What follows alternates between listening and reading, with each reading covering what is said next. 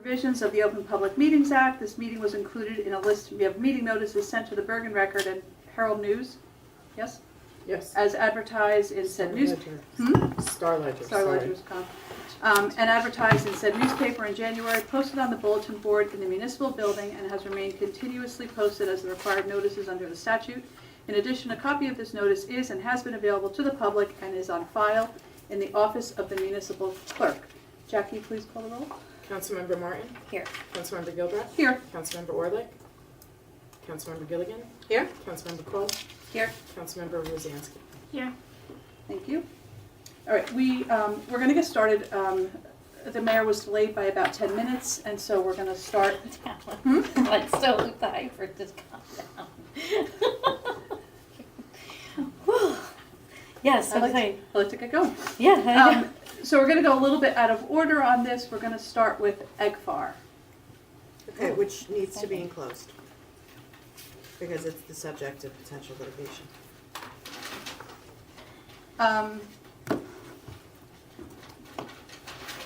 Okay. Okay. Which is how we've done it in the last 2 times we've talked about it. Well, We're live. thank you. Good. Where's the Yeah. camera? So- It's up here. Yes, excellent. On We YouTube have a anyway. Proposal. Can I have a sidebar with you? Because I think this is, the nature of the discussion is, okay. Sure. Excuse me 1 second, can we just suspend for 1 second? I just want to speak with Jen. Sorry, y'all.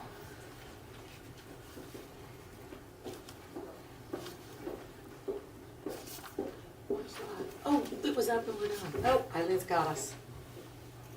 Great. And they can talk to us.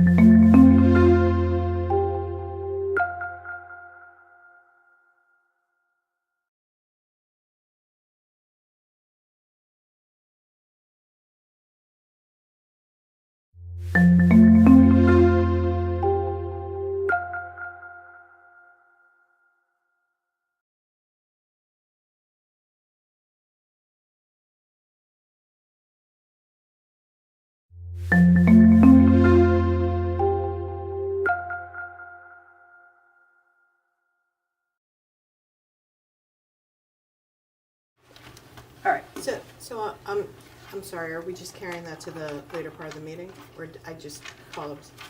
Yes, we'll carry it to the closed portion of the meeting. Okay. Okay? Mhm. Okay. Would we like to move to the RAB MOU? Sure. So you may all remember that right before the holidays, we here discussed memorandum of understanding between the borough and the Recreation Advisory Board to charge user fees to the sports organizations that use the turf field at Faber. And they were unhappy, the Recreation Advisory Board, with some of the terms that we had agreed to, and so we have now had conversations with them.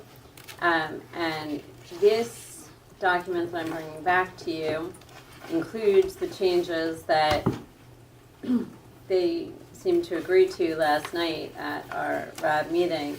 And basically the only differences between this document and the document that we collectively agreed to the last time is we had spoken about there being an increase 2% a year in the total amount collected through the user fees. The advisory board was not pleased with that, and the compromise that we came to was that for the first year of the agreement, there would be no 2% increase, and then after the first year, it will increase 2% a year. So 1 year delay in the increase. And then the other thing that we added was the last paragraph, which states that in the event of an extraordinary situation beyond the parties' control, something like another pandemic or some unforeseen something that prevents people from playing sports for months, then we would proportionately lower the amount that we take from the sports organizations in that year. So if they miss 3 months of play, the total amount will go down by, I guess that's a quarter of the year, or whatever it is, by the percentage of playing time that they miss. They had asked for a couple of other provisions, including that they would be exempt from all field rental fees, and that if any group stopped using the field, that the total amount that we collect would go down, and both of those have been removed. They're not in this.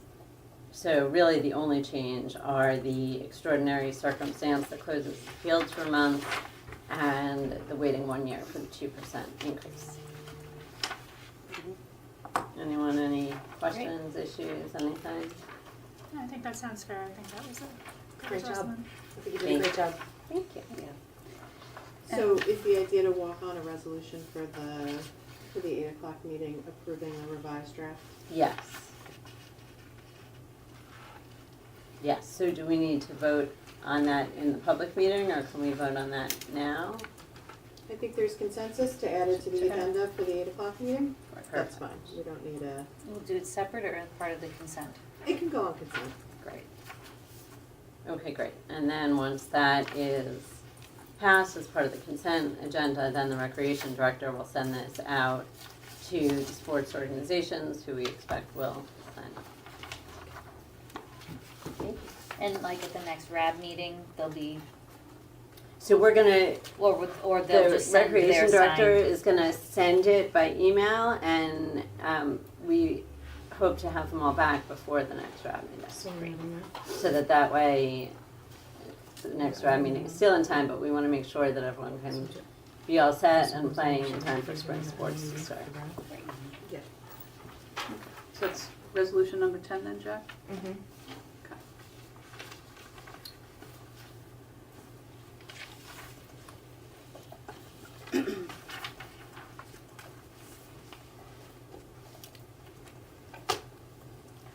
And here she is.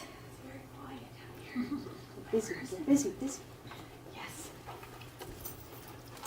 Do start? So we did. So, Mayor, just to update you, Borough Council has asked that we move EGFAR to closed. Fair enough. And we just finished going over the RAB MOU. It'll be added to the resolutions tonight in our public meeting. Amazing. So everyone is good with the changes, correct? Jill reviewed the changes with everybody, and Incredible. Okay, thank you. Oh, Jen's over there. Mike. she's Lenore's on the The phone. camera picks up my, Picks up the computer screen. Ah, got it. which is not really what you want with your work, I love so. it. I have my back to the camera, so. Awesome. Okay, so next up we had, Affordable's not closed either? That would be in process. Okay, so the agenda. so EGFAR and affordable. are- just to reference for those who came out tonight, so the affordable housing mandate was that we were given the number last month, or actually before that, and our planner had time to go through, review, revise with whichever methods that he could to reduce that number. And we have a resolution on tonight saying that, yes, now here is the number that we're all gonna start from. So that is on our consent agenda this evening. Actually, I'm gonna ask that we pull that and do that separately. Is that okay? Sure, we can Um, do that as a separate motion. Perfect. So, but we have to discuss with our planner in closed because it's potential litigation in the future. Well, so it's actually funny, the Fair Housing Act, as it was amended, originally said just file your resolution within 2 days. And then about 3 weeks ago, the courts decided we should have to file a declaratory judgment action in addition. So there will be a declaratory judgment action filed tomorrow by our office in connection with whatever resolution you adopt this evening. So there's like actual litigation. Okay. That's moved to closed. And just to note, Mr. Sneakus's report that went through, all of the rationale behind what the substance of the resolution was also posted as an exhibit to the resolution and was posted together with the agenda and the draft resolution on Friday. So that's not a protected document, that's a public It's document. not, that is a public. Perfect. Okay, so then what we have left is cannabis. So I spoke with Jen earlier, and for those who are new tonight or those who have been here, you will recall that we are having, we are looking into ways to supplement our budget because the income revenue that we enjoyed for so long with things like the parking at the train station and permit fees and everything else, which we can use to offset the costs to run the borough, are really not what they used to be, especially post-COVID. Sorry, this chair is awful. We really lost a big stream of revenue. And then starting last budget cycle, we also lost access to the American Rescue Plan funds that we were getting, which was really buffering any gaps that we were having.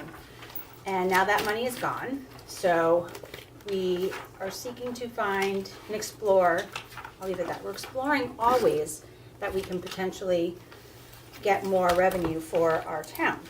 So with that, we had a presentation back in December, that they came. But this is more to now discuss what are the details, like what are the steps that we have to take, because it's not a quick fix. We can't just say, all right, we're gonna allow a cannabis retailer. There's many steps, and it would start here, then it would go to the planning board, because they have to make an approval, saying it's consistent with our master plan. And then there is like a checklist that we would have to go through. I'm sure you're very much aware of, how many, where's the location, what are the definite not locations? Is that even proper English, the definite not locations? What are the locations that would not work? Where would we feel comfortable? What type of license would we be allowing in the borough, et cetera, and so forth. So in doing our due diligence, that's why we're having this discussion tonight. Because I know when people see it on the agenda, they're like, oh boy, they're gonna allow it to happen. And that's not this. We're still in that fact-finding phase. So I will hand this over to Jen now to lead this portion. Sure. So, and I guess maybe we can go through each one of those things. But, our first question is, we previously adopted in 2021 every municipality had to either adopt an ordinance saying, we do not permit cannabis, we do permit cannabis in this way, and if municipalities took no action, then cannabis was permitted. All cannabis uses were permitted for a period of 5 years. So the borough adopted an ordinance that prohibited cannabis uses, as a lot of municipalities did, in part because the regulations came out on the same day that the ordinances were required to be adopted. So it was very difficult for municipalities to know what kind of, approvals they were granting, because, you didn't really know how it was gonna work at the state level. Now, of course, we have that knowledge, and we have, 3.5 years of it, being rolled out across the state, so we're in a much better position than if we had done something major in 2021. So, sort of the first question is, there are multiple classes of licenses, manufacturing, cultivation, retail sales.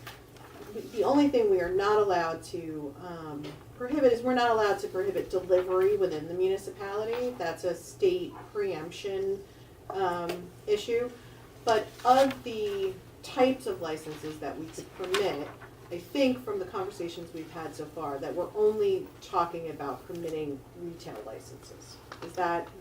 Retail licenses come with the highest percentage that we can piggyback on, correct?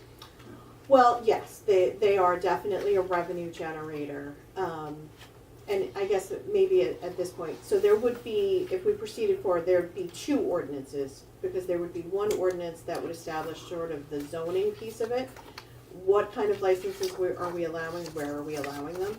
The ability to impose a tax is a separate ordinance that would be adopted concurrently. And that, has a lot more narrow parameters under state law, but I would think that we would enact an ordinance that would allow the highest taxes authorized by state law to be levied on the retail sales. That is, I don't think any municipality really has decided to levy less than that. Okay, so we're limiting it to retail sales. Then there's a question of how many licenses would we like to permit? You're allowed to put a cap on the number. Most municipalities, I think, want some number greater than 1, not to put, all of their eggs in one basket. But then, we may want to put a pin in that piece of the conversation, because it's also going to relate to where do you think is an appropriate place for these things, for these uses to be cited? And, how much area are we really talking about in that location? So that's one of the things that we're going to have to factor into our ordinance. The next question is, if we have a particular zone or area where we want it to be cited, are there any additional restrictions? Is that the camera? It's a No, generator. that's something outside. Oh, okay. Are there any additional restrictions that we want to place on the location? So, for example, similar to liquor licenses, you can't have, multiple. Really? What is he doing? It sounds like It sounds like they're taking down a tree. It's a chainsaw. My God, what a great time to Just be hope it doing doesn't that. interfere with the stream, Make but sure we'll see. Fair. Okay. I'm sure if they're doing it at this hour, it's necessary to be done urgently, so. Because that's when they're available. So for example, liquor licenses, you're not allowed to co-locate within a certain number of feet of each other, right? So do we want to put any additional, we're not required to, but we're permitted, do we want to put any additional locational requirements with respect to if we choose to do more than one license, with respect to each other, with respect to certain uses, for example, school or. Distance, we're talking? Yes. Okay. So are there other locational requirements that we'd like to put into place in the ordinance? Other things that, that we review are, we're not required to put in a municipal level license. we can basically say this is an appropriate use in this zone. Go to the CRC, go to the state commission, you get your license, that's great. And then you follow our zoning and our regs, and that's the end of our inquiry with it.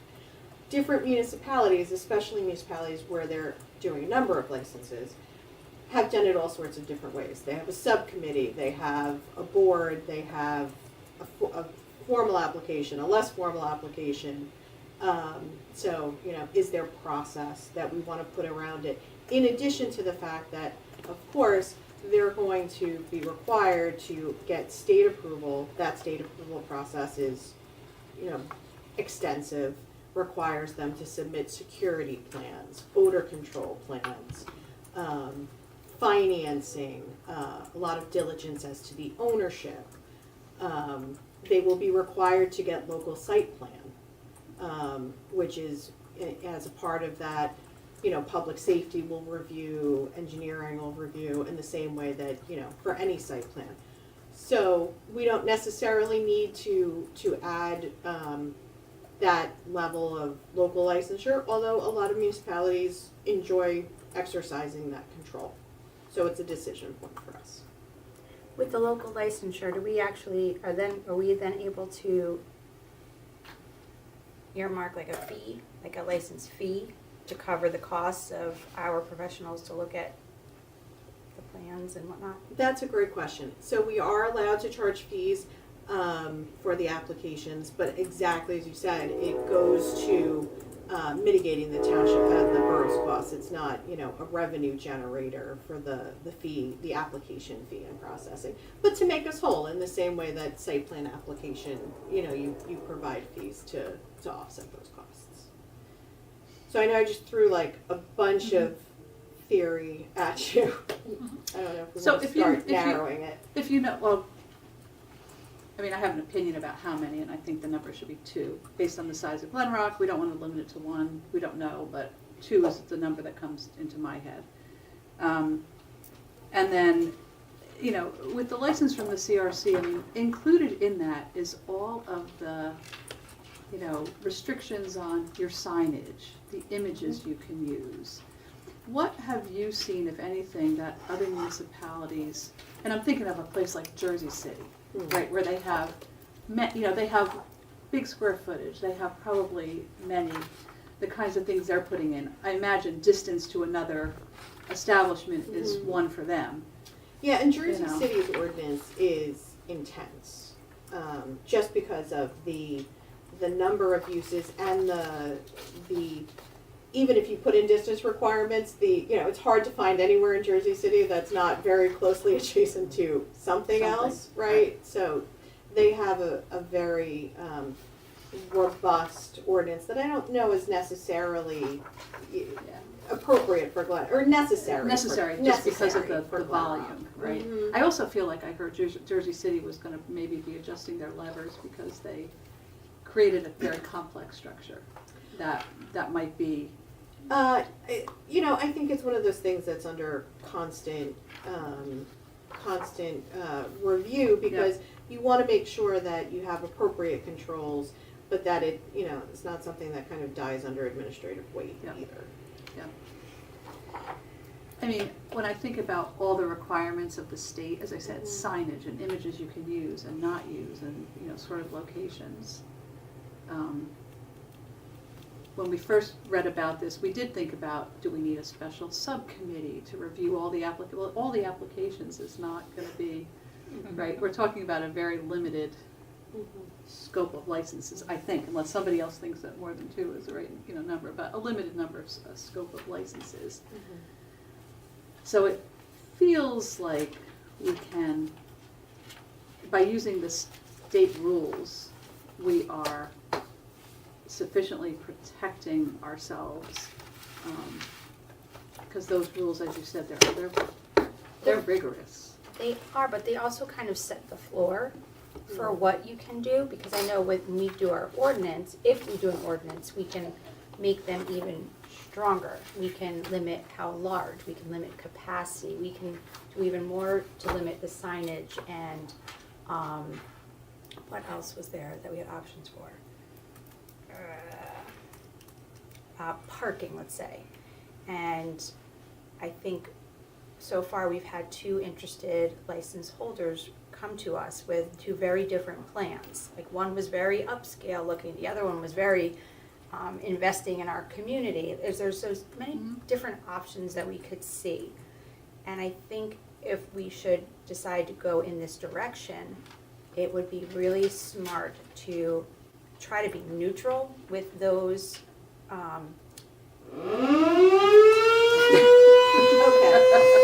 other words, I don't want, Set it up people to assume themselves. we're showing preference for one over another, or that we're creating this for this individual who came to us. I mean, because once word would get out that, we're open to it, we may have a bunch of other people coming in that want to potentially do things in Butt Rock. You will certainly receive more than 2 applications for 2 licenses. And I guess the thing we have to look at is our regulations. The exist, I mean, if it's not the train, our existing regulations for signage, right. and look at the, because we may decide that those are actually adequate for signage. Let's just ride this one out. All right, I'm riding.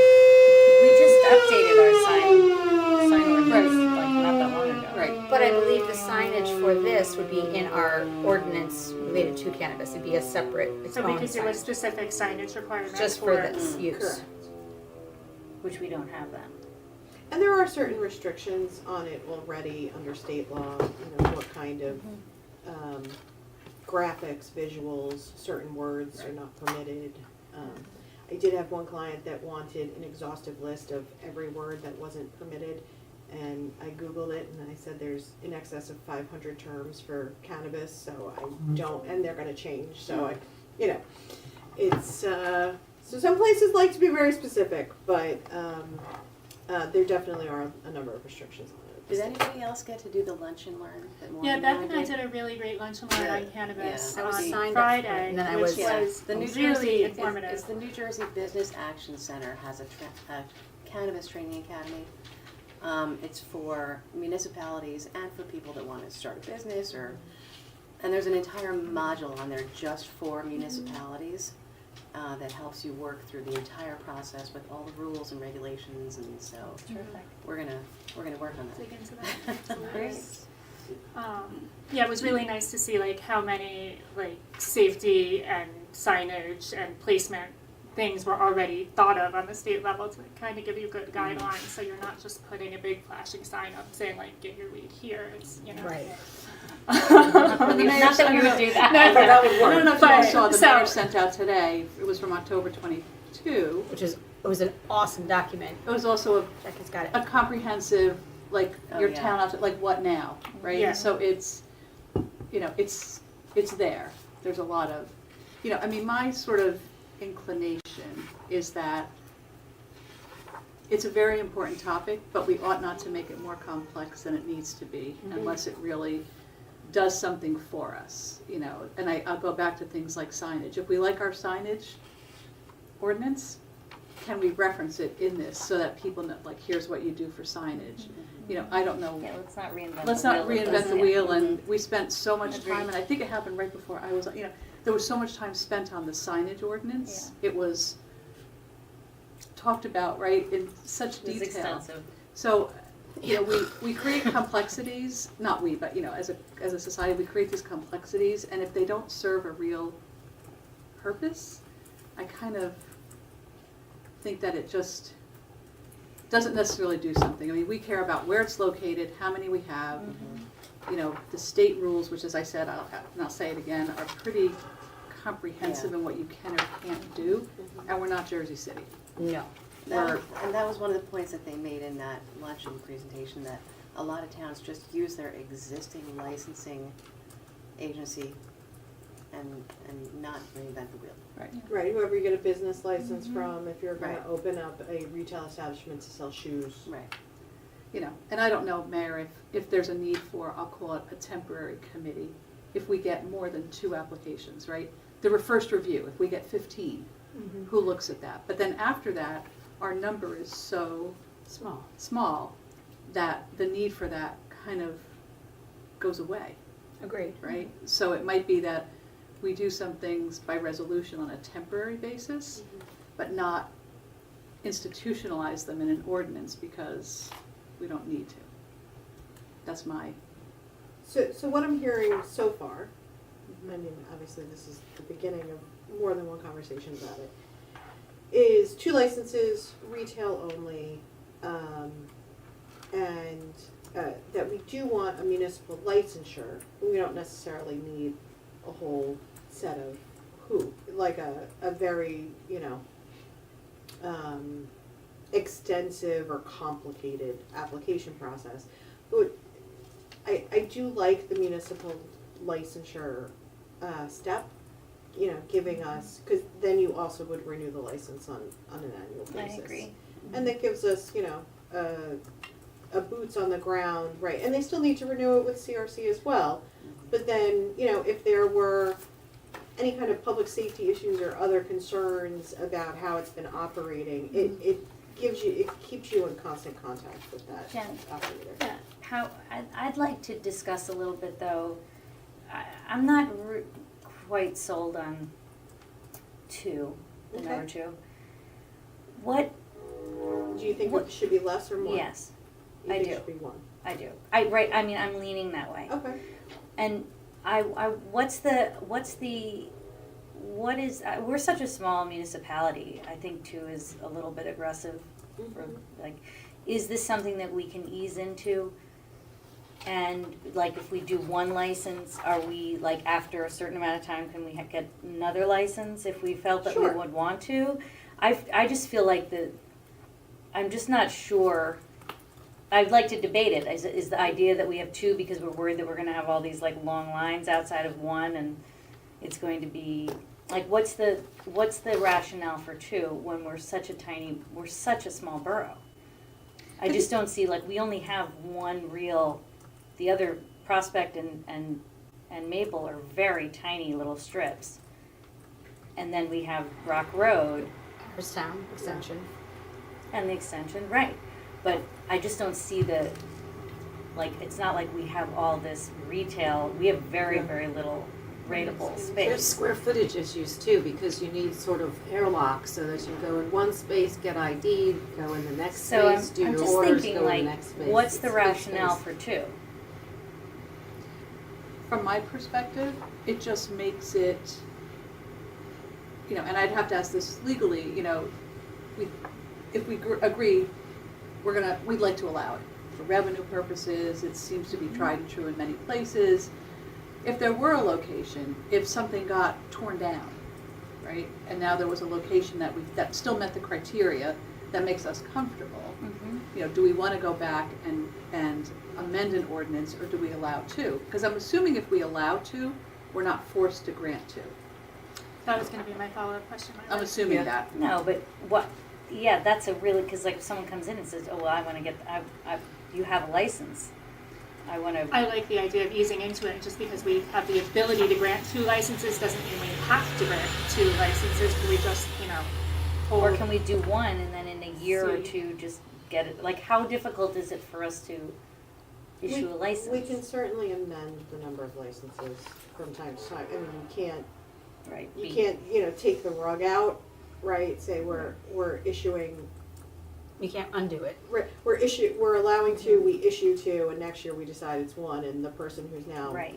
started business, we say, you're fine, you're a compliant licensee, and we're just gonna. That's kind of why I'm leaning toward 1 and thinking like, let's see how it goes. I don't know, I just don't want to get into a war with people about this, it can be, I'm sure, very Well, and as we competitive. work through the planning piece of it, I think maybe, we haven't talked location yet tonight. There may be, if they're, deciding what zone and whether we want like a subset of an existing zone. But also if we want to add any other locational requirements, that may drive our conversation, Councilmember, that it's, like you said, it's like just not feasible to have more than 1. So that maybe if we just put a pin in it, I'm not hearing anyone thinking it should be more than 2 at the moment, right, and we can revisit that. But, so at least, I think the big purpose of this conversation was to start narrowing, where do we have consensus, and I think that's very helpful, right, to say, okay, 1 or 2, and, we don't need to make that decision, right at this second. We Right, can and I marinate. would like to find out if it's possible how easy or difficult it is to adopt another license if we want it. If we have to run through hoops, or if it would be smarter for us to say, give a number and then just roll with that, to just do Yeah, we could amend our ordinance. It would be the same process we're gonna go through now. We could amend that ordinance to increase the number of licenses. If we were to say 1 or 2, again, we're not 10 away from each other, right? Right, We're right. we're in the same ballpark. Describe for me a little bit, if you can, how that relates to the zoning ordinance. And if you permit 1 versus 2, are you permitting them in the same zone? Or does the zoning, if you permit 2, can the zoning start at one point and change and take those 2 in? Do you know what I'm saying? Is there a correlation? Well, so I haven't seen, and, Yeah, and they were, can I, Yeah. sorry, I was just reading about this. So if you set an overlay zone, for example, and you have 2 licenses, they're suggesting that you create a map on your website. So when you are up and running and you're open for business, you say, okay, applicants, here is where you can do it. But if we only do 1 zone, then we also have to consider when we make that ordinance, if we make that ordinance, do we want to have them, can they be next door to one another? Should they be 100 feet apart? Should they be 3 blocks apart? So I'm assuming if we were to make a zone change or create a new zone, it would have to be a pretty significant size. And I don't know. But why couldn't we show a map that has all the different zones that we're allowed, and we just have 1 license? You can do it here, or you can do it here, or you can do it here, or you can do it here. and what I think the council president Gilbreth was asking was, can we say 1 license in the industrial zone over here Right. and 1 license in the industrial zone over here? And I just haven't seen anyone do it. I don't know that you couldn't, but I haven't seen anyone And I was- do it. You My mean question was restrict it to actually- 1 per zone. Right. That's what you're saying, Yeah. to restrict it to 1 per zone. Yeah. My question was more, if we limit the zone Mhm. and we say 2, and later we expand the zones, Mhm. We could still, we could Say still use 2. those 2. I'm trying Yeah. to see if there's a chicken and an egg. yeah, it doesn't necessarily, because Yeah. people do, or municipalities do say, okay, we started with this area and then we later Yeah. expanded it. That doesn't necessarily mean they're increasing the number of their licenses. Can you speak a little bit about how the zones tie to the master plan? So, and we have Ed Smith. I was just thinking, I'm so grateful that our planner is sitting with us. You can feel free to raise your hand and jump in at any time. If Please. you want to take a seat, you're more than welcome as well. That's okay, I can speak from here. Come on, Yes, Ed. come join us, come Put join the us. camera right on you. As far as the master plan is concerned, Yes. sorry, Ken, I think So Ed, I don't think the current master plan has a recommended location for cannabis, No. right? Because of when. because of the prohibition. Yeah, and when it what was about. adopted, right? Right. So, and I know we're working through the reexamination process. Is that, where are we in the process? Are we still working on? Where we are in the process is that we did last year, the planning board adopted the land use plan component, the element land use plan update to that document last year, including the hazard vulnerability assessment study. So those 2 documents have been prepared. And they really are the basis for your zoning. But yet, one thing to consider is that if we are looking at retail, retail is only permitted in certain zones. It's not permitted in the industrial districts. So if you are I looking was like, you at, said it is or is not? it is not. It's not. Okay. So if you are looking at your industrial districts for retail, you would have to either amend your master plan or adopt it with it being inconsistent with the master plan.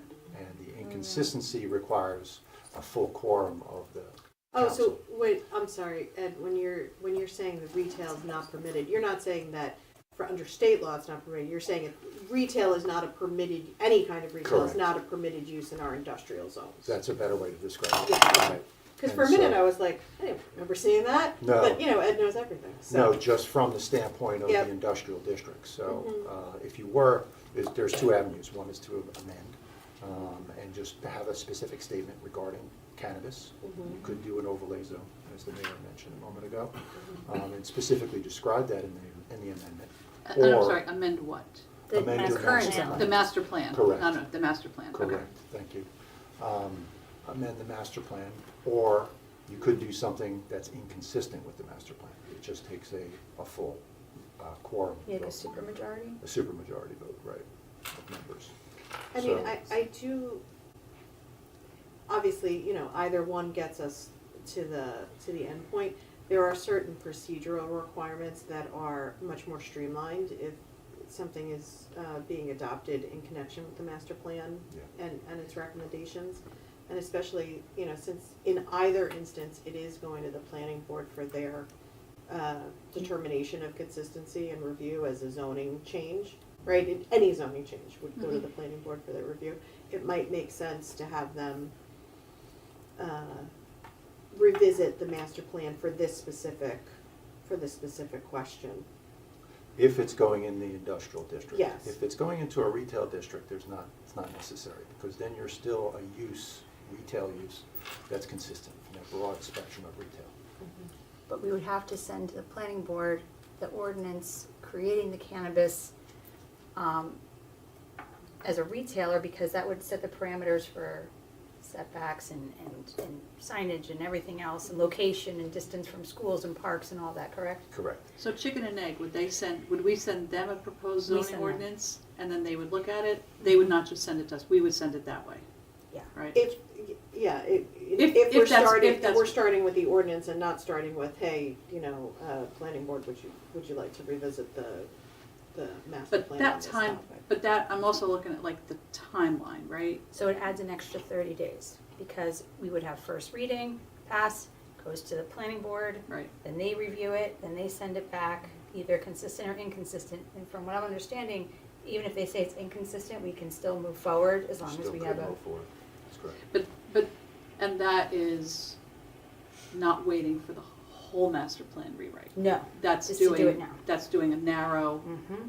I would just clarify, it's not a whole rewrite, it's just an amendment to the master plan, specifically to Relating to that this. land use plan component. Let's say you wanted to put it in your industrial district. What we could do is say something to the effect of, due to changes in some manner or form, we look to amend the master plan so that we're allowing that use as a use within, I would even think of an overlay area might be best I think in overlay order is the to way to really go. clearly identify that area. So that is an option. Okay, it would just be an amendment, it wouldn't be an entire rewrite, so don't think of it as a long-term process, it's more of, but it does add another 30 days to what so the it's mayor first talked about. reading, send it out. Mm-hmm. If it's I- okay, second reading, what's the, If we're going to revisit the master plan, I would have them do that first. Yeah, have them do that first. Then the ordinance introduction. It would still go to planning board between first and second reading, as all development regulations do. But so it would be another 30 days on the press, but it would be on the front end. It would be before On the front Yeah, introduction. in the front end. what's the timing to get things on the planning board agenda? They're really not busy lately. We just received one application recently. Yeah. And so I guess I'll ask it, how soon could we get it on their agenda? And what would we have to send them to get it on the agenda? I motor Tracy, I would think, right? Ed, how many affordable housing items are you doing? Well, this is rather straightforward, but if it's so desired, we can make it happen. Put together a memo that would be maybe at your direction, to prepare a memo that you're considering for a certain area. What you may want to do, though, is, well, try not to lengthen the process, is you had talked about zones. We could come to you with a zone map and identify specific parameters associated with that. we just assisted Parsippany Troy Hills with an ordinance that they're considering retail as well, where we did offsets from residential zones. And they wanted to know, from a mapping standpoint, how did that affect those zones? Where could the retail uses be permitted? And so we showed it on a map, so it gave them a better idea of what they were considering. That's an option. I don't want to lengthen the process, but just wanted to give that to you. So from our procedural, I'm, I've got my finance hat on, so I'm in my, She wants to start making money this year. I've got my finance hat on.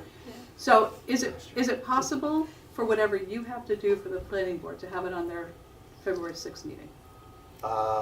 That's really tight. I don't think so. That's too tight. That's, All right, yes. It'll be too you know, tight. I'm Just looking because of at, the other things. I'm that looking are at the meeting required. dates, because I'm like, all right, so is it possible to have it on the planning board for March 6th? I would think so. Yeah. And then it would come back from the planning board. Would we get it back so that we could talk about it at our March 12th council meeting? Right, what you're asking though is for them to consider an amendment to the master plan. Yes. They would have a total venue of reviewing that and adopting that component of the master plan. Although I do have to throw in another 30 days, because as soon as we get the amendment to them, they're in agreement with the amendment, we then have to post a date, a public hearing, to amend the master plan. So that has to put another 30 days into it. No, I'm not to. So we do a public hearing Unfortunately. for a planning board and another public hearing here. No, it would be, yeah, I'm sorry, yes, We have that's true. two. Okay. Yeah, the reason being is that the planning board has the sole discretion to amend the master plan, and that master plan has to be a public hearing when it's amended. And that they has have to have not be March notice. 6th, that has to be like the April 3rd April. meeting? Mhm. It throws, unless a special meeting is. You can always put a special meeting in there. Only one a month, so I'm, Special meeting could happen. now I'm out to May or June before we have an ordinance. What's our meeting dates in May? May meeting dates are the 14th and the 28th. So March, Would be the review. review, April. April would be the public hearing to adopt the amendment. The second meeting of April would be our, do we do a first reading and then send to planning board, or we go right to planning board first? We usually introduce and refer, as part of the introduction. So yes, introduce and then. it So would be then our second meeting in April, then we could theoretically have our, Our introduction, yes. Mhm. You know I love a timeline. Council President, may I borrow your lovely copy of the calendar? You may. Thank you.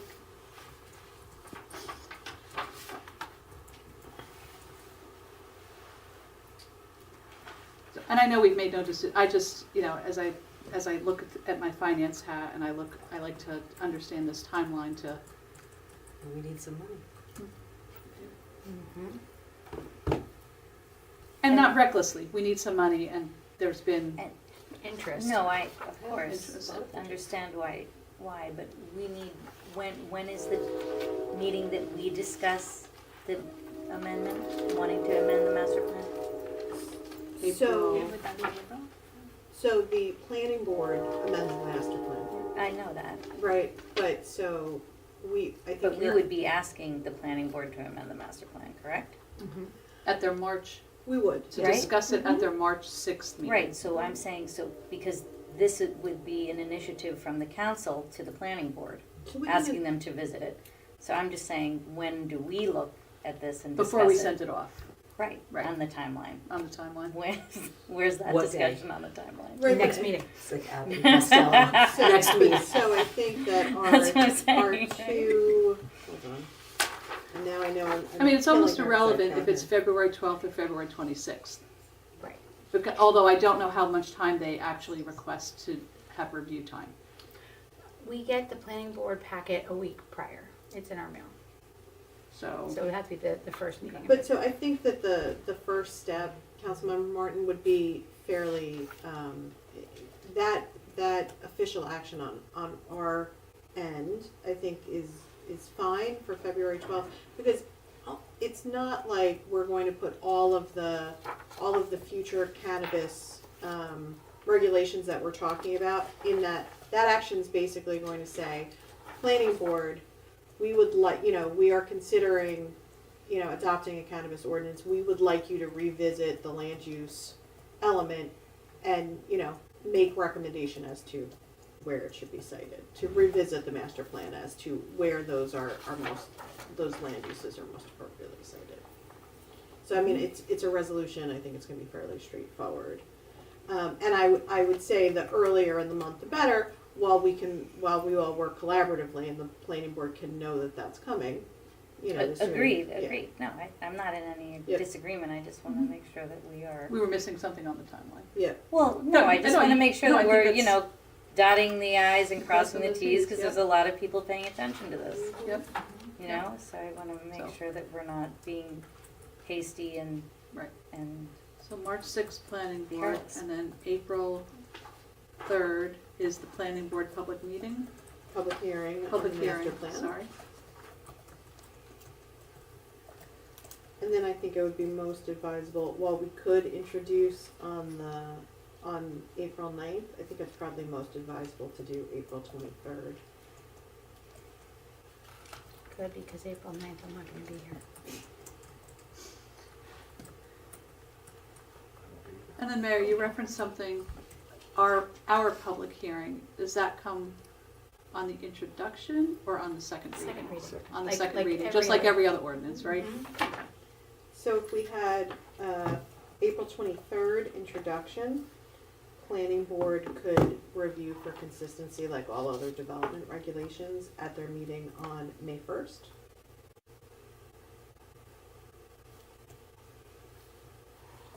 And we could have second reading and final adoption on May 14th.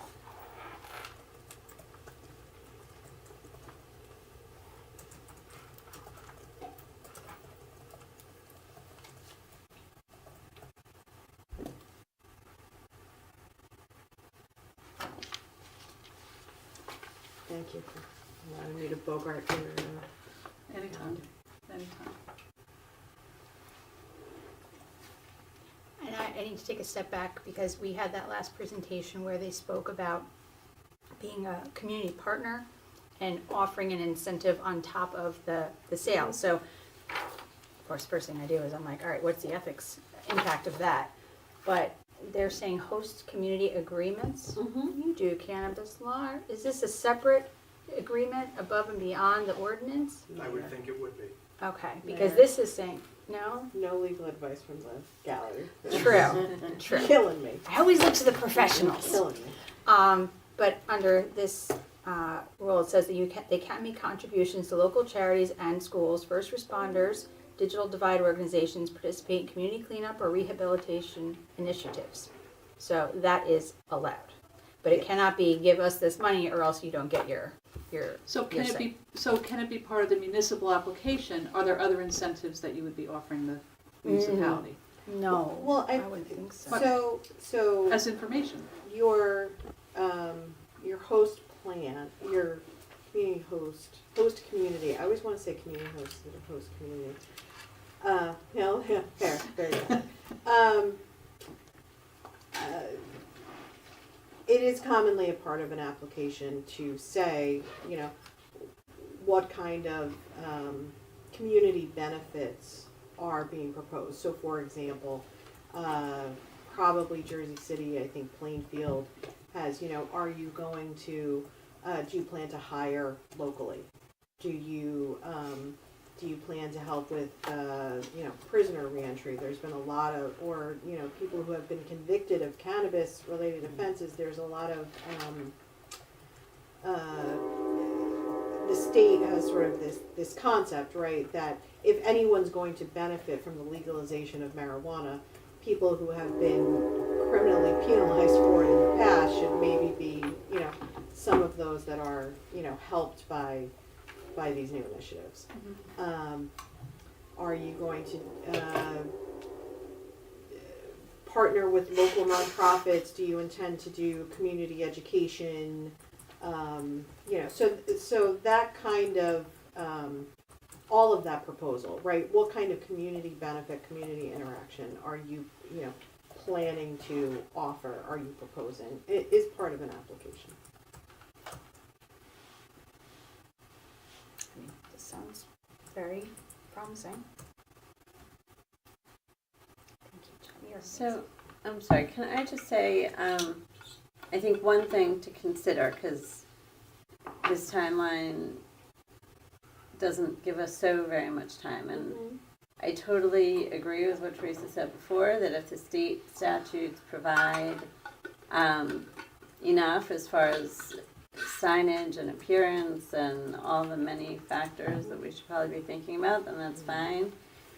But I do think we'd want to look at it pretty closely and make sure that whatever is done here is done pretty consistently, you know, with how we Sure. want it to be done. So, And I think this timeline could be, you know, a guideline, right? If we need to, if at any one of these, you know, points, milestones in the timeline, there's more information or just more time needed for reflection, it's totally fine. But I think we also, when Jen said having a municipal licensure, which includes things like renewals, that's where we put anything else in that if we thought that we needed some extras that the state doesn't offer, that's where we would but I put think we it. might want in Right. the initial ordinance, there might be things that we want to be specific about as far as. That's what that would do, right? But if we're going to have, we can't be arbitrary, right? So if there's something specific that we want to see as part of our approval process, that should be in the ordinance.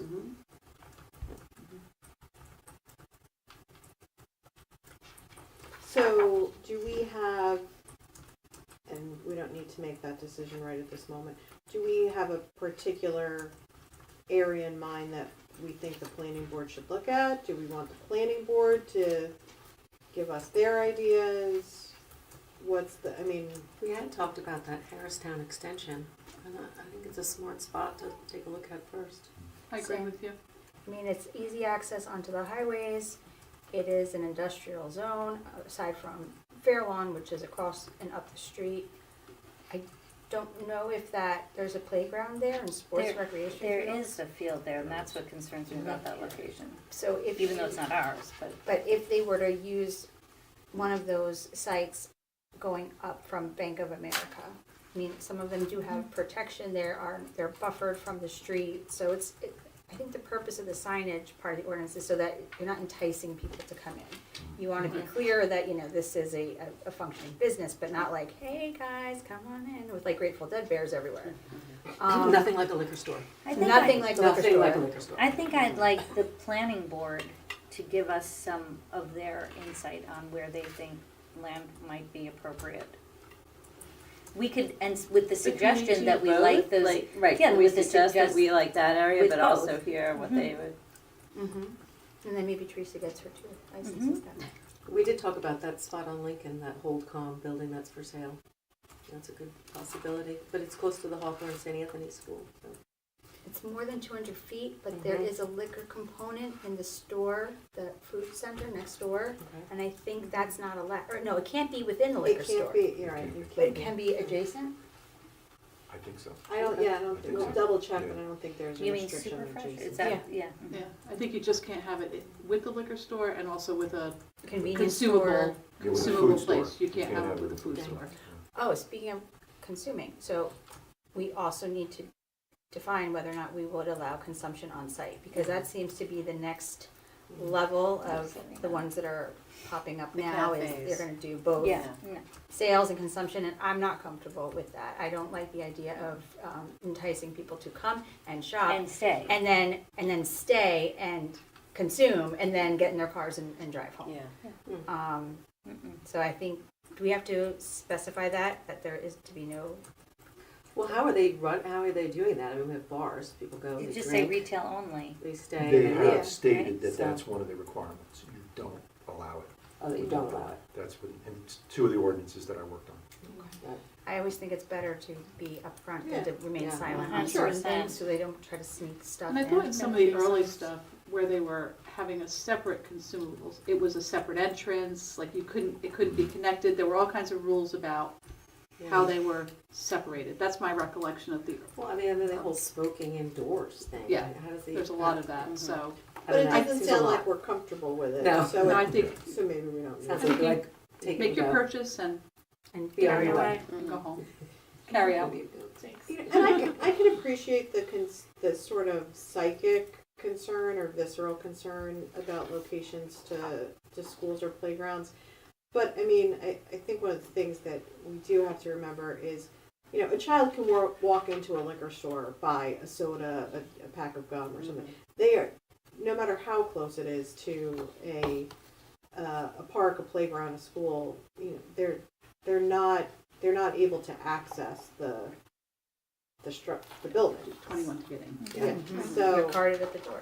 I understand the visceral off-putting on it, but I don't know that it actually.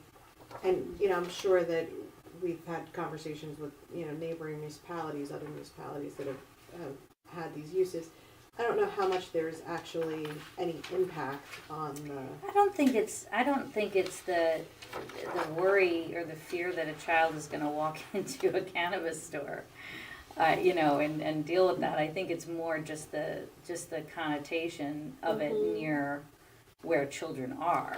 It's and as they, as they are growing up and they are more aware than ever, that near one of their recreational places or a school or something to have that. It's just, I don't know. I think it kind of sets a precedent. I'm not comfortable with it, and I wouldn't want my kid's school to be 200 feet from a cannabis retail store. I probably could say that the same for everyone around this table. I don't want to speak for everybody. I don't But- think I think when we first had these discussions, when we were deciding to opt out, that was the one thing that I remember rang probably loudest, was that we don't want it in downtown. We don't want the kids walking by it on their way to and from school, and we definitely wouldn't want it near a school. I think It's hard because we're a small town. we are It's very small hard to town. find a spot that's That's why the able. Harristown I think that's why the industrial area Harristown is is- good, because no kid Yeah. is gonna wander. But we are, Except the Fairlawn kid. except the Fairlawn kids. As a general matter. Has Fairlawn We'll agreed put it in to the get back. in? I think they did, didn't they? Aren't they I don't remember reviewing what it now? they've done. I know Oakland's just switched and now they're doing it. Yeah. Anyway, We'll that's double check. all I'm saying. And then We'll I'm figure not, it I'm totally for finding a spot, but it's not gonna be easy, Right. I think. That's why I think we make some suggestions, but it would be also great for the planning board to maybe find some locations that we're not thinking of. Madam Mayor, we do have a need for executive on a couple of items that we're going to need Ed for, and I know that he has. Oh, he goes, right, you have to go. Thank you. It is 7:35. Okay, so, you have enough direction for now? I think we do, right? And that exhausts my list for tonight, so at this point, we'll open to public comment.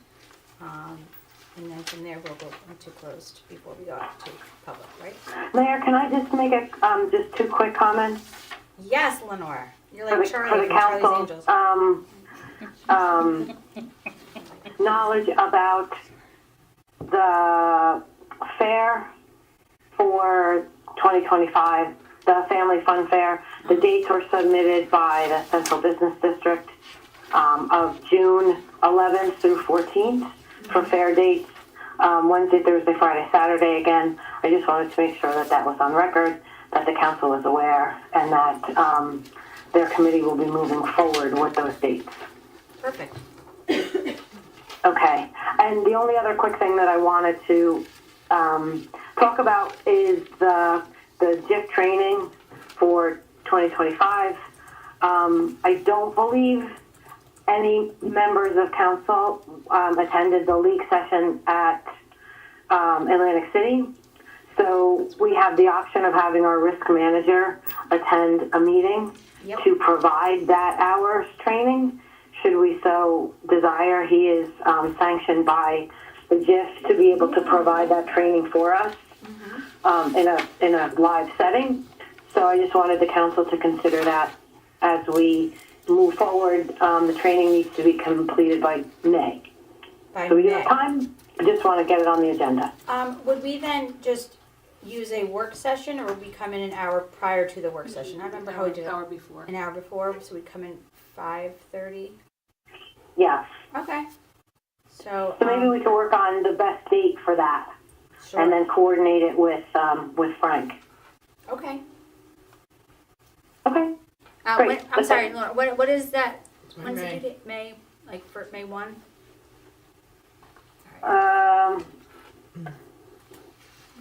Sometime in May, it needs to be completed. Okay. Perfect.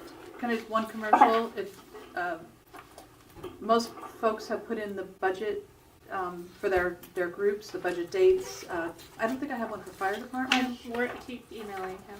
Okay, so I don't have one for fire department, I don't have it for the library. Library said that they are not requesting anything, and their turnover with the new director, they just want the third of the mill this year, and they are What? requesting that, yes.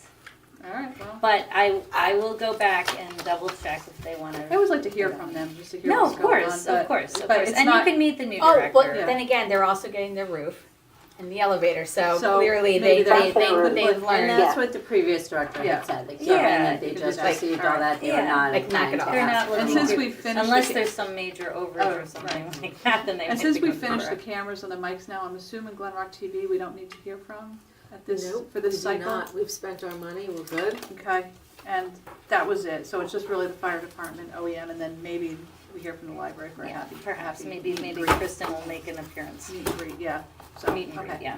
thank you. And if we have So one more minute. basically, we have our first meeting scheduled for tomorrow night via Zoom. Right, they're all via, It's DPW, I'll announce those in Tomorrow public, Meeting. Tomorrow night? tomorrow night. What time? 6:30. 6:40. Oh, perfect, because I have to be at the firehouse for 7:45. And our meeting is 6:30 to 7:45 Are tomorrow. you going to the Arts Council meet and greet tomorrow? What That's time's that? at the annex, What time? 7. I'm gonna be late. I have to swear new members there. 6:30. It's just right across, Yeah. it's right across the driveway. Me too. We did, yeah. And, If you and can peek in. there's Send me a no text. meeting on Saturday then, because there's no That's fine. groups Because that's the assigned. slot they picked. Chris. Oh, No Saturday. maybe it's 7 to 7, Nothing's scheduled for Saturday. oh, sorry. 6 o'clock Arts Council? DPW is coming at 6:30. DPW is coming What about 6:30. Saturday? What time is the Art Council at the? I think Nothing it's on at Saturday. 7 at Annex. There's But no- it's 7 to Great. So are we 8 or canceling 8:30. Saturday's budget meeting? If nobody else It's pops member- up, if the members fire only. department doesn't pick Saturday morning, we will cancel Saturdays, but that, we have that reserved right now. And I'm sorry, I don't know how DPW picks 6:30 to 7:45, but that's what they asked for, so if everybody can do 6:30. It's all, we're Zooming anyway. All our meetings are on Zoom to allow, for if there's inclement weather, we don't have to cancel a meeting, and it also allows the public to see all the exhibits that are being used in a very clear way. So it's a good way to do it for budget. Public comment? Yes. Well, can I No, take 1 sorry, minute? I'm so sorry, So, Paula. I'm just concerned that there are items for exec that we need to, deal with before 8 o'clock. I'm gonna just take 1 minute because I put my house on the market back in the fall. We had decided we were gonna stay. We strangely got an offer and we are under contract. So I want everybody to know here from my mouth that I will be sending in my resignation. You should talk to them. Sending in my resignation. I'm giving my 2 weeks' notice. I have enjoyed every minute of it, but I want to talk to you guys. It's been incredible. I'm going to miss you. I'm going to miss these Wednesday nights. And Well, now you can it's been watch 24 wonderful years. And I can't wait to see you guys on the screen every Wednesday. And it's because of you. Congratulations. Thank you. That's a Thank you. big, big thing. Big man, big, Yeah. excited. Yeah, it's so awesome. Flying pig. This has been a great 2 years of the 24. So Flying thank you. pig. Thank you all. So excited for it to hear And about its congrats, success. We'll have to all head down to Asbury. We'll have to do a group trip. Yes. Yeah. Yes, Well, and you're all shop invited and do to the some football shopping in the Super Bowl market. party we'll be having. So We'll get the party we van. got that open. Head on That's down. in Glen Rock though. Yeah. Oh, well, so Did you just since, invite the whole town? I did. I just You invited did? the whole town. well, so as this is our notice, Jen, I mean, correct me if I'm wrong, I mean, I feel like I've had to read through and be very clear on the OPA requirements for notice of vacancies. I will ask for a motion to accept Paula's resignation, Well, so, right?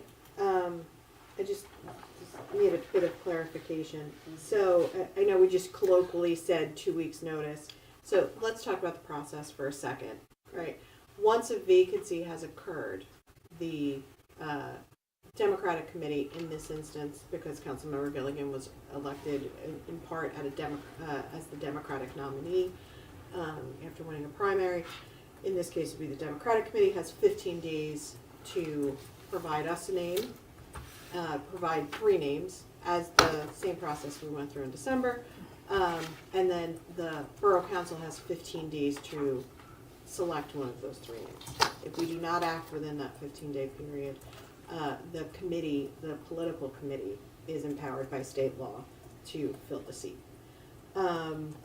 So, you know, our next council meeting is the 12th, so we don't need to pick necessarily a specific date right now, but I'm assuming that Councilmember Gilligan will provide a written notice of resignation tomorrow. We'll pick a date at some point in the next couple of weeks that allows for those 2 statutory periods to run and for us to consider a new member for that seat on February 12th. That sound right? Thank you for explaining that. Yeah. It's wonderful. Thank you, Jen.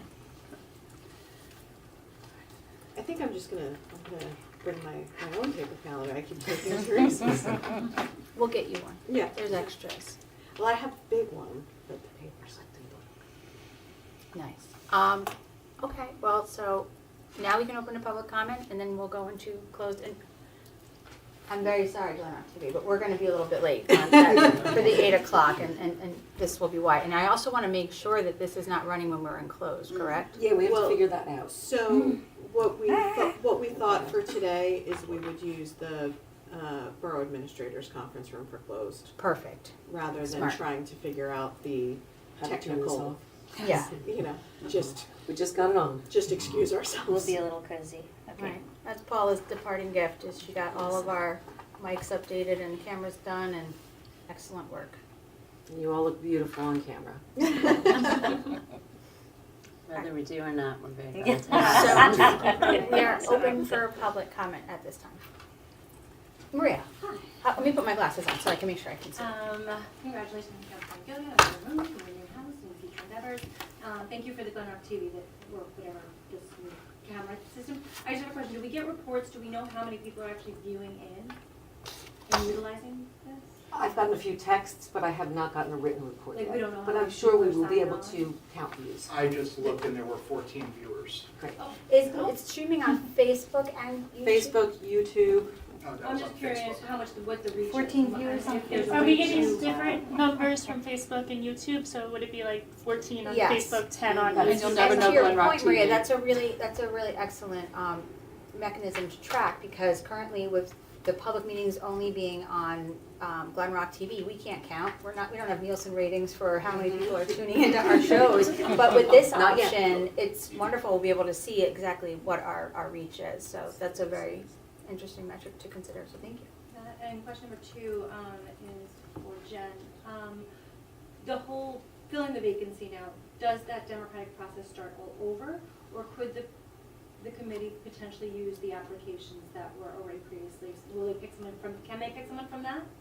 And put it up like say So- the same 2 clients and then for recommendations plus someone new, or does the whole process have to start all over again? So as we talked about a little bit at the December meeting, the statute doesn't specify a process, and the borough can't impose a process. So if whatever process the Democratic Committee feels is appropriate, you know, all that we get to have any control over is Timing. 15, we'll give them a notice, they'll give us 15 days later, they have to give us 3 names. If they don't give us 3 names, you know, the borough council has to select a name. Otherwise, we have to select one of the 3 names that are provided. So whatever they think their process should be, you know, the statute leaves it up to them. And the council has no jurisdiction or any kind of way of providing that the questions that they ask are fair and pertain to something that would be helpful for the council in choosing. So I apologize if I wasn't clear, but The statute doesn't provide any specificity right. as to what their process should be, and doesn't give us any power to dictate to what their process should be. Because unfortunately, and I know I've asked this in the past, I believe that the Republican that used to sit at this table with us, many of them were part of their Republican committee, those 16 members. Right. The Democratic committee in Glen Rock is not, we are not members of that. Like, we don't have seats on that committee. I think it was always for, so you get the bonus delegates when you go to convention, because we're all considered like ad hoc members. But, so unfortunately, without our voices being at that table, Okay, no, I Yeah. just understand the process. no. We did have wonderful candidates, though, so, great people to choose from in this town. It was nice. I have a question. At the beginning of the meeting, Mayor, you mentioned that this is not a done deal with the cannabis. But then it sounds like we were talking, well, you guys were talking a lot about the legality, the zoning, the licenses, everything. It almost sounds like we are going to do it. We're just figuring out how. Is that the case? So I say it's not a done deal for two reasons. One being that we have nothing to step forward with tonight, but also when it goes to the planning board, there's public comment there that will give the planning board perhaps pause, or maybe put the gas pedal down, depending on what the public comes and has to say at that meeting, and whether or not they send it back to us either consistent or inconsistent, which I know we can still go forward regardless.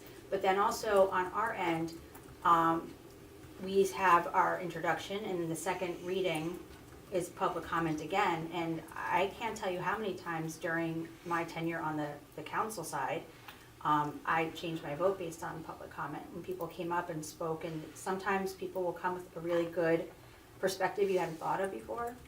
And what'll be good for and Amy too, right?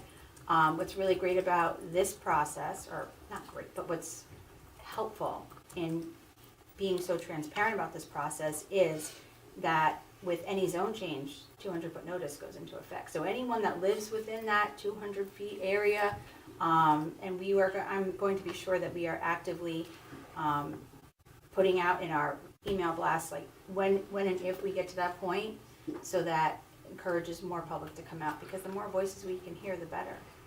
Let me just clarify one thing on that, Mayor. The mailed notices are only if it's not consistent with a master plan recommendation. So if they do revisit the master plan and make a recommendation to cite it in a certain place, it's a lot of mailed notices, and they're very expensive. It's like Right. $9 plus per, so you're running into thousands of dollars in Plus the mailing. zone Yeah. itself. And just like what we were doing tonight, just to clarify, because I think it is a really important question. What we were kind of moving forward tonight with the calendar and everything, and talking with the planning board, was really just to get us to the point where we have options. So it's not like we get to May 14th with if it happens, final adoption from the planning board. That's just really giving us options to have license in certain zones, right, or something like, right? Is that correct? Well, but Like we're not making any we're not making any decisions even by then, whether like if we're doing it, right? This is giving us options. Well, I think the big takeaway, right, is this is a framework of how we are thinking tonight that we're going to work through our decision-making process. Thank you. Right, and those dates may change. We may abandon it at any point in the process because, we don't think that it's the right thing to move forward. We may delay it, but, because there are so many steps, it kind of keeps us all focused on, what the order is and what decisions we need to make at what point. Well, my other concern is that this was I believe the first presentation was maybe April. It was a while ago, March, April, something like that. And then there was that other one in December. But during those presentations, I had concerns about I know it's going to bring in some revenue, but have we thought about the risks and the additional costs that might be incurred? It correct me if I'm wrong, but I think it's cash business, so that, But that all falls onto the business owner, not onto the borough. right, but we, as a borough, if something happens like a cash business and there's, we'll need the police presence. and- Nope, they have to hire their own They're security. required to That's provide part their own of, security risk. provided The town that. does not provide. the regulatory Okay, commission so specified have- all of these ideals. So they have to have a very specific security system, a very specific fire suppression system. We can't police that for them. Right, We're not that's their my- their That was my guards. concern, that the, Because that kind of goes against the intent of the law, which was to, level the playing ground for people that have been, if, someone was selling it on a corner Right. 5 years ago and got arrested, and now he has his own business. yes. There's also that catch-22 of, there could be someone on the corner around from where this retailer goes, and we can't have our police arresting the kid on the corner. And it's almost like we're pushing people into that business. So it's kind of like a hands-off approach from that perspective. The police can be asked to provide off-duty or extra duty hours, which would be paid by the store themselves. I know every time I drive down 17 every morning, there's always a parked car in front of the one on Route 17. But it's more or less I think it's to give that impression of like. And what was the domestic average or revenue? Like, we Oh. have. I don't know that there's We an don't- average because Because it it depends varies on size. There were so some much. examples. Yeah, Yeah. but some of the 2 examples. million or 2%, 2 sticks in my mind, but it was a long time ago, right? Yeah. That first business owner presented his, and it was it didn't, 2%. Yes, but Councilmember Martin was not asking that. She was asking about the actual dollars generated, not the percentage. Yeah. So, go ahead. The dispensary, you mentioned one on Route 17. Yeah. It's open till 10 o'clock. Do we want this kind of traffic going around? No, that's residential the beauty of this is we let can me put our finish own this. app. Okay. They do have security, and it is armed. Mm-hmm. Do you want the armed security in residential area? This business will end up either on Rock Road, Nope. next to, or on Prospect Street. We have other options besides from those roads. We've already That's even worse. It's going to be next to someone's house. we have industrial zones. We have mixed use zones. How many Well- zones do we have?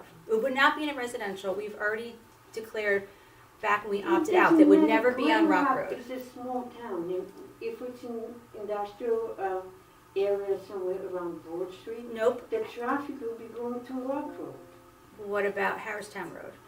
The Harristown Road Harristown extension. Road has middle school. and Nope. Harristown- The extension. Harristown Over- extension. Off of Harristown 208. So when you go off of 208 by the Bank of America. Glen Rock is a small town. Right. And this business, I don't know, it should not be in a residential area. And that's exactly, we would never put it in a residential area. The industrial zone, where I'm envisioning it would work, the only place that I think it could work, although I'm open to other ideas, would be the de-industrial zone, which is the Harristown extension, where we have O-Pee-Chee Wines, a distribution facility. There's a large bank, I don't even know if the bank is still active anymore, if it's more or less office space now. Yeah. But there is no, Yes, but to get there, you have to either get on Harristown or go on Maple or get on Route 208 to get this area. It's still very close to town. And Hamilton School is less than a mile away from that industrial area. but the kids aren't gonna cross Route Route 208. 208. Discussion. Okay. I'm sorry, ma'am, would you mind, just because we're Oh, yeah, familiar they're with Ms. frequent Leonard and flyers. Ms. Dolan, just your name for the minutes? My name is Lucy Wachowski.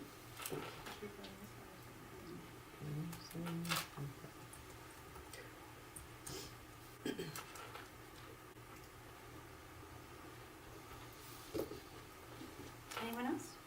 Hi, Joanne. I'll end on a good note, how's that? Perfect. Just on behalf of the Central Business District, I just want to say thank you for approving the fair. So, we already have contracts sent to us, and we're ready to go. Awesome. Great. It wouldn't be the kickoff of summer without it. It really Thanks for would. doing that every year. Yes. It's the best. I can't wait to get behind the counter and sell more tickets. It's always fun. I like being in the AC in there with you guys. And let me know if you need help. Anyone else? Okay, so, can I please have a motion to adjourn this work session and move into executive session. I'll make that motion. For matters concerning prospective litigation, other matters within the attorney-client privilege. Yes. I'll make that motion. Paula, in a second? I'll second. All in favor? Aye. Okay. Thanks, everyone. We will be out in the main area as soon as we can, but we do have to pause that meeting because we have to discuss here what's one of the resolutions on for out there. Nora, we'll call you back. Oh, that's right, we have to move. We are frozen because we are live.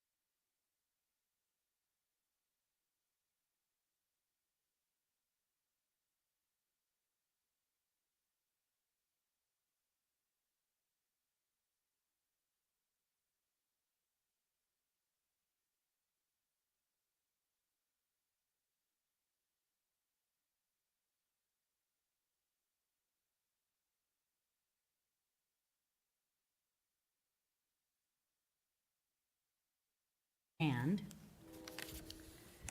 Whereas Lunar New Year, one of the most widely celebrated and culturally significant holidays in the world, its importance is rooted deep in history and today remains the most important occasion for generations of families to reunite and spend time together. And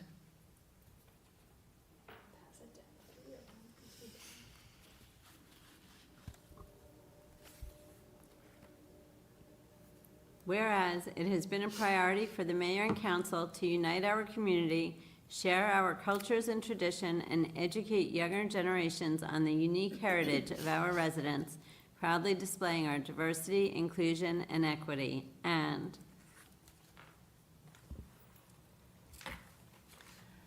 Whereas all cultures, traditions, and religions make up the borough of Glen Rock, and as such, make us stronger and more vibrant, and we do not tolerate xenophobia in any form. from here, sorry, I should have made an extra paragraph. Now therefore be it resolved by the mayor and council of the Borough of Glen Rock, County of Bergen, State of New Jersey, to hereby proclaim, first, Happy Lunar New Year to all who celebrate. Second, we wish you happiness, health, and prosperity in the year of the wood snake. And number 3, a copy of this proclamation will be included in the official records of the Borough of Glen Rock. So thank you for that. Now, our mics are working at this point? Okay, and at this point, we will move on to departmental reports, and I'm going to begin with Council President Teresa. thank you, Mayor. Said that in my little remarks just disappeared. Okay. I want to make sure that the community knows that we're beginning our budget meetings. This is the time when you should tune in to hear what the different departments are offering, what the whole budget looks like. Our first meeting begins tomorrow evening at 6:30. We'll be talking about DPW. We have about 8 dates that we've reserved. We'll put them in the weekly e-blast so you know when the meetings are coming. This is the time for residents to be able to ask questions. All of the meetings will be on Zoom. That allows every resident to be able to see the exhibits we're looking at. We're looking at them at the same time as the residents. It also avoids the issue if we have any inclement weather that we have to move a meeting, and thereby putting us a little bit further behind. So please tune in, please ask your questions. That's what the departments are there for. The last 2 meetings that we have scheduled are March 1st and March 8th. And that's when the council will be reviewing the budget in its totality and figuring out where we are. So again, please tune in. This is the time to ask your questions. From Community Affairs, we have Gentle Evening Yoga on February 13th at 6:30 at the Education Building down at the Annex. There's a senior trip that is open. It is the Mahoney Brothers in Hunterdon Hills on February 28th. It leaves at 9:30 a.m. There's lunch, returns about 4:30, but it's all music that, if you're a fan of the 70s, that you will recognize, and so it should be a really great outing. Right now, we're preparing to send out a memo tomorrow on the Louis Bay, the second Future Municipal Leaders Scholarship Contest. The mayor has signed the letter, so we are all set to put it out there. It'll be posted on Facebook. This contest is open to high school juniors and seniors, residents of New Jersey, who plan to continue their education after high school. So entrants will be asked to write an essay on the theme, What I Like About My Hometown. It should be based on the students' perceptions and experiences with the municipality's local government. We will be distributing the details through the school, the HSA, Student Council, National Honor Society. It'll be on the Borough website, Borough Facebook, so you should be able to see it. The submissions will be due by March 7th, and we'll announce this at the upcoming meetings. Also out there right now, we have posted about the Show Off Your City photo contest. Entries are due by January 24th. I've already gotten some really beautiful photographs of things around our borough. So we will send them into the League of Municipalities who's running this competition, and let's see if we can be showcasing Glen Rock in the League magazine. The Senior Advisory Committee's next meeting is February 11th, and this is a night meeting. So a couple years ago, we started having 2 meetings of our year in the evenings for those seniors who still work. And so this will be a Zoom meeting at 7:30, and the Zoom meeting link will be on the borough website. And let's see, we're getting ready to do the items for the March 1st perennial. If you think you want to write an article, or if you think you want to brainstorm, stay tuned and, send us information, send us notes about things that interest you, that we can perhaps get something written on. Our crayon quiz is still out there, did you know? It talks about words that are in common use. And I'll also just mention the Arboretum. On Sunday, they have a native seed sowing course. And right now, there's a photography exhibit that's going on. It's In This Moment, Walking the Saddle River Pathway, photographs. So you can go on the Tilkey Arboretum website and see the times for these things, but they have some great offerings. That's Thank it. you very much. Next up, I have Councilmember Martin. Thank you, Madam Mayor. And thank you for those great words about our friends at the Department of Public Works. They always do an incredible job, as we all know, especially during the snowy and the leafy seasons. The library has big news, has just brought on a new director, Kristen Como. She is phenomenal. She's great. I hope everyone gets a chance to head over to the library and meet her.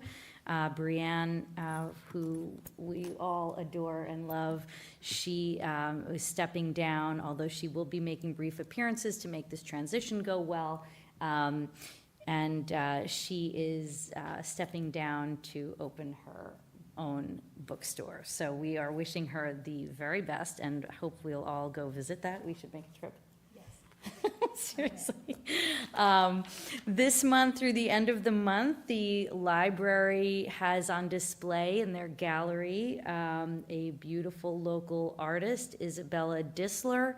So if you had the opportunity, the work is beautiful, especially this time of year and right now when it is so incredibly frigid. So go take a look. As far people who are keeping track on the library renovations, the roof is just about complete. It might be complete as we speak.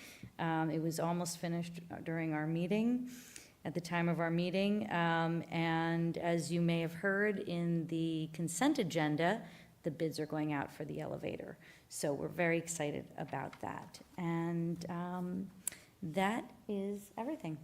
Thank you. Thank you very much, Amy. Next, I am going to go to Councilmember Orlick. Thank you, Mayor.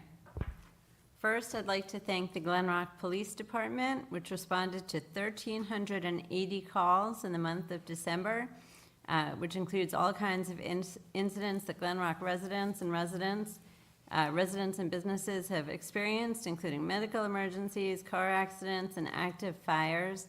And we are all very grateful for everything that they do to keep all of us safe. I want to update everyone on the situation at the basketball court, which is currently closed while we are putting safety precautions in place.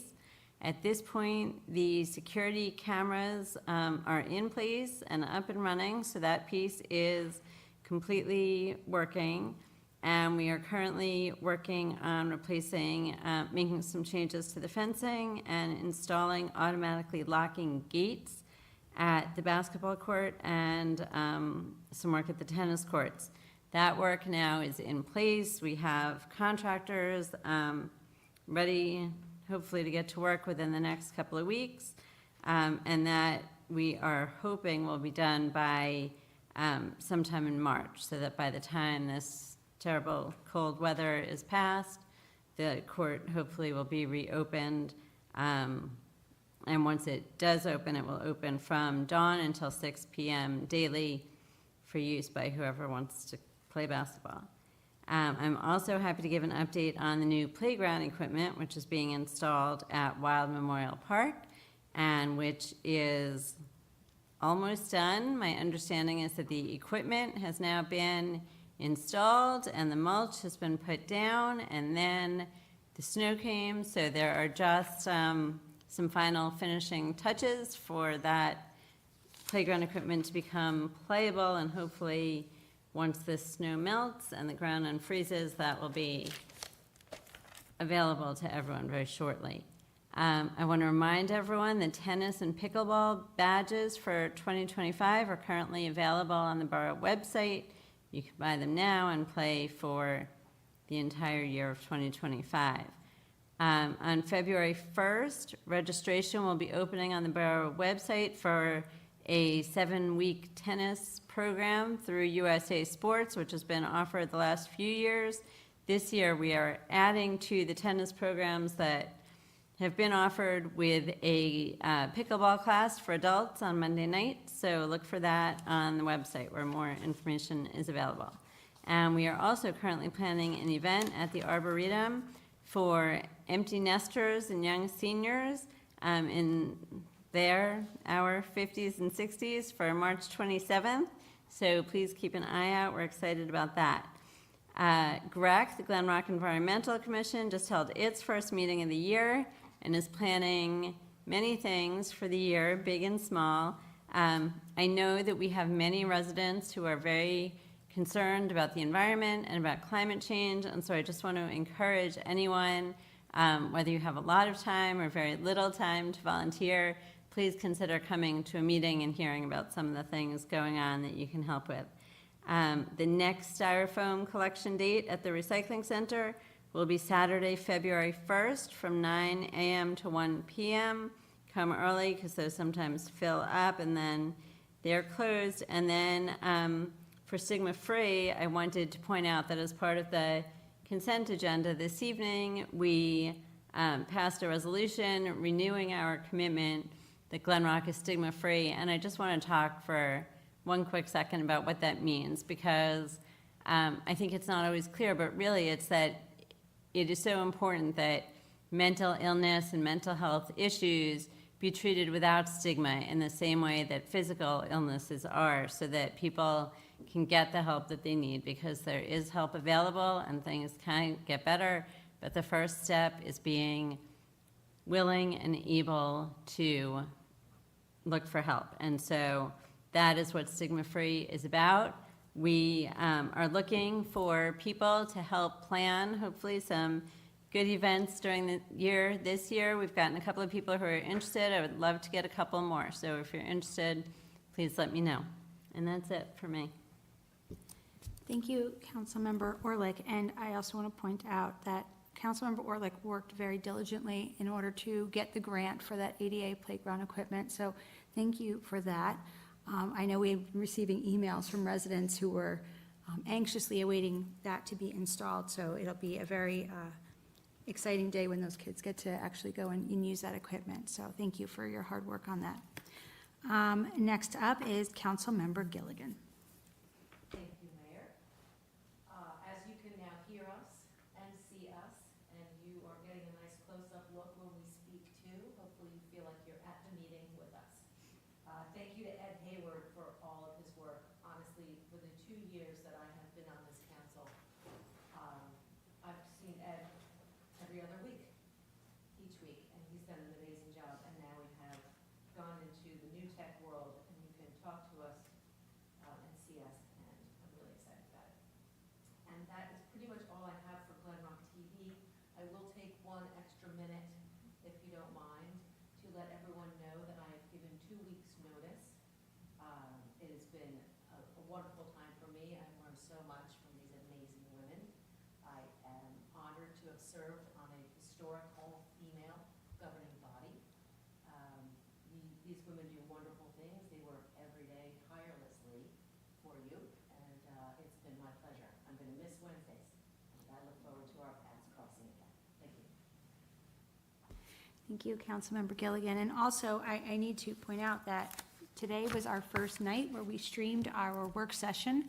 I'm sure we have a couple of kinks to get out, but that was mostly in part due to the efforts of not only Ed Hayward, but to Councilmember Gilligan. Paula really, when she first came on the council, was determined to bring her TV experience to this dais, and I am so grateful for the return that we've had based on that effort, and I really appreciate all that you've done, so thank you. Next up, I have Councilmember Call. Thanks. So the Glen Rock Volunteer Ambulance Corps, we want to thank them for their service and for their dedication and hard work. They responded to 72 calls in December, which is impressive, and put in 225 person hours during those calls. They are having their annual installation dinner on February 1st, so we're looking forward to that. The Board of Health would like to remind all residents that dogs and cats need to be licensed. The deadline for renewal is January 31st, and that includes cats and dogs over 7 months of age, both indoor and outdoor cats. Even if you miss a deadline, you should still renew, although there may be a late fee.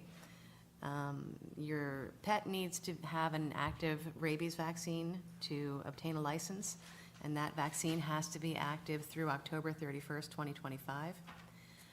You can get the license in person or go to Borough Hall for that. And another issue is that we continue to have problems with dog bites in town. So it's imperative that pet owners get their pets licensed and please keep them on leash at all times except when they're inside the dog park. We want to let residents know that free health consultations are available. For residents 18 and older, you can have those at Glen Courts, or at Glen Rock Seniors can have them done at the Annex, which is the fourth Tuesday of each month. Thank you. Thank you very much, Councilmember Call. Lastly, I have Councilmember Rosansky. Thank you, Mayor. First, an update from the Glen Rock Fire Department. First, I'd like to extend a big thank you to our fire department and its volunteer firefighters who respond to so many alarms each month for our community. We appreciate the time that they take to keep our community safe. Glen Rock Fire Department responded to 22 alarms in December 2024 and responded to 308 alarms total in 2024. So again, we thank them for their hard work and sacrifices that they make to protect our community. And I have a Pride update report as well. Now more than ever, I'm really excited to serve on the Pride Committee, and it's so important to show up and show our support for our LGBTQ community.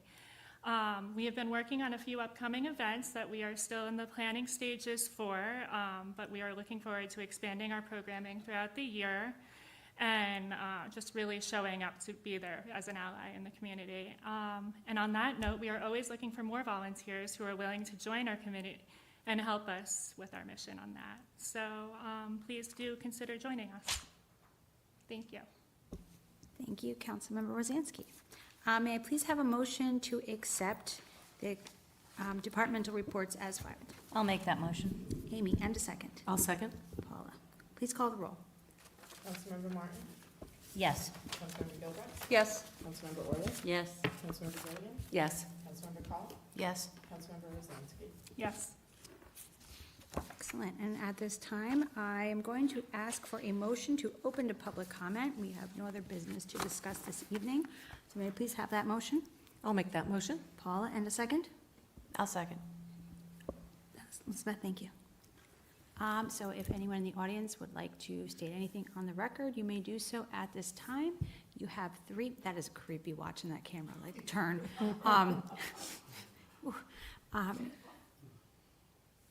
Is it like voice control? That's weird. Okay, I have to get used to it. You have 3 minutes, and since there are so many of you this evening, I will allow you unlimited time. And I ask that you just state your name and address for the record.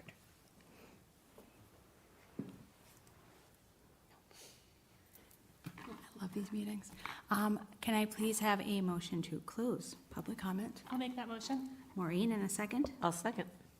Okay, and all in favor? Aye. All right, seeing as all of our business here is done, may I please have a motion to adjourn this January 22nd, meeting number 2 of 2025? I'll make that motion. Paula, and a second? I'll second. All in favor? Aye. Thank you very much. Turn off your microphones.